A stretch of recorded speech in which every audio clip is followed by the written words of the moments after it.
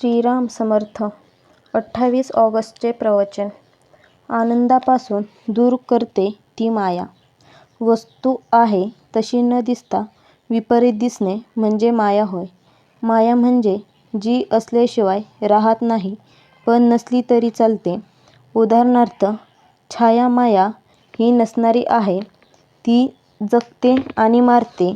मला विषयापासून आनंद होतो पण तो आनंद भंग पावणारा आहे. आनंदापासून मला जी दूर करते ती माया.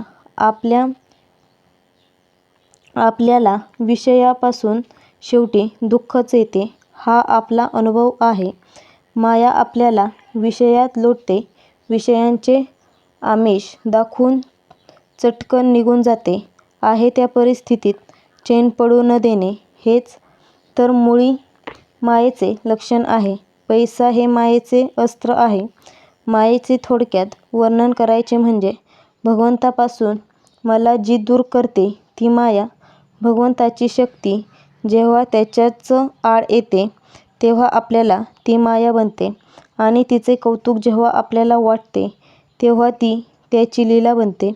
एक भगवंत माझा आणि मी भगवंताचा असे म्हटले म्हणजे मायेचे निरसन झाले.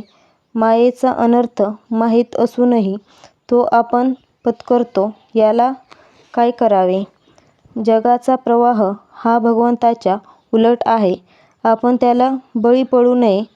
जो प्रवाहाबरोबर जाऊ लागला तो खडकावर आपटेल, भोवऱ्यात सापडेल आणि कुठे वाहत जाईल याचा पत्ता लागणार नाही. आपण प्रवाहात पडावे पण प्रवाहपतित होऊ नये.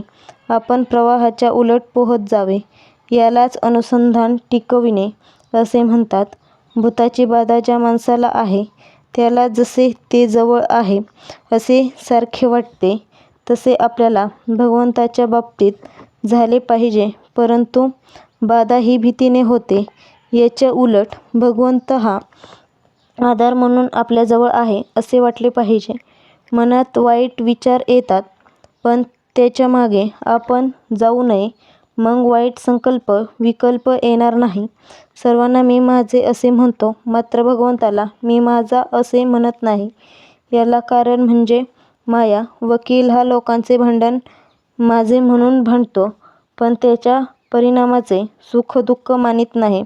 याचप्रमाणे प्रपंच माझा म्हणून करावा पण त्यामधल्या सुखदुःखाचे धनी आपण न व्हावे.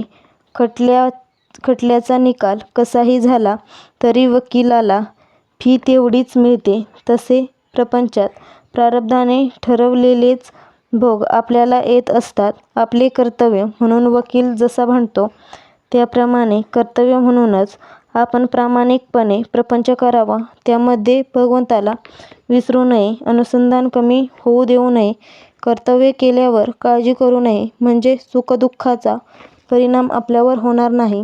हे ज्याला साधले त्यालाच खरा परमार्थ साधला. आजचा बोध. दुःखाचे मूळ कारण जगतसत्य मानले जाते.